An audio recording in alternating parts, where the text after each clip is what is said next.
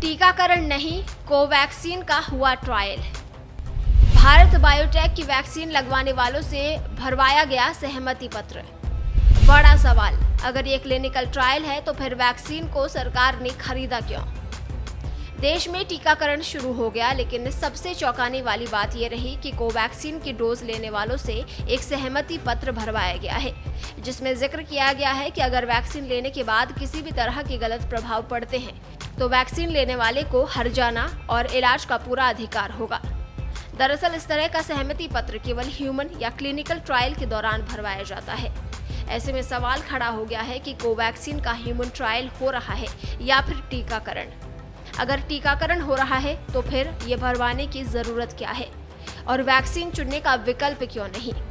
दूसरा बड़ा सवाल ये भी उठ रहा है कि ट्रायल के लिए उपयोग होने वाली वैक्सीन की कीमत सरकार ने अदा क्यों की?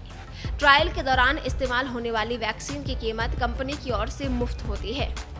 कोवैक्सीन के सहमति पत्र में साफ लिखा है कि कोवैक्सीन की क्लिनिकल एफिशिएंसी अभी स्थापित होनी है।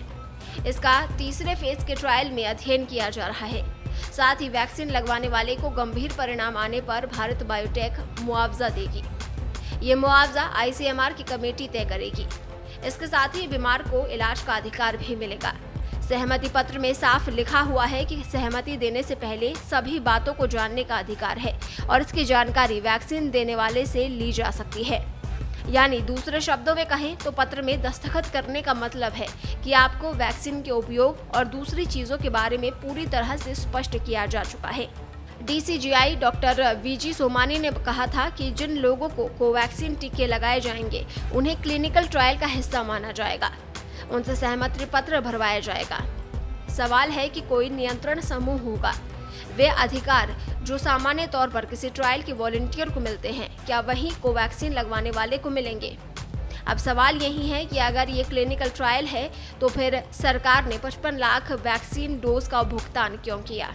कोवैक्सीन को मंजूरी दिए जाने पर खासा विवाद छिड़ा था। वैक्सीन की एफिकेसी यानी प्रभावकारिता को लेकर सवाल किए जा रहे हैं। भारत बायोटेक की बनाई कोवैक्सीन के तीसरे चरण का ट्रायल अभी जारी है और एफिकेसी डेटा अब तक उपलब्ध नहीं है। कई वैज्ञानिकों ने कोवैक्सीन को अप्रूवल दिए जाने की प्रक्रिया पर सवाल उठाते हुए कहा है कि ये नियामक के ही मापदंडों पर खरी नहीं उतरती। ब्यूरो रिपोर्ट, पत्रिका टीवी।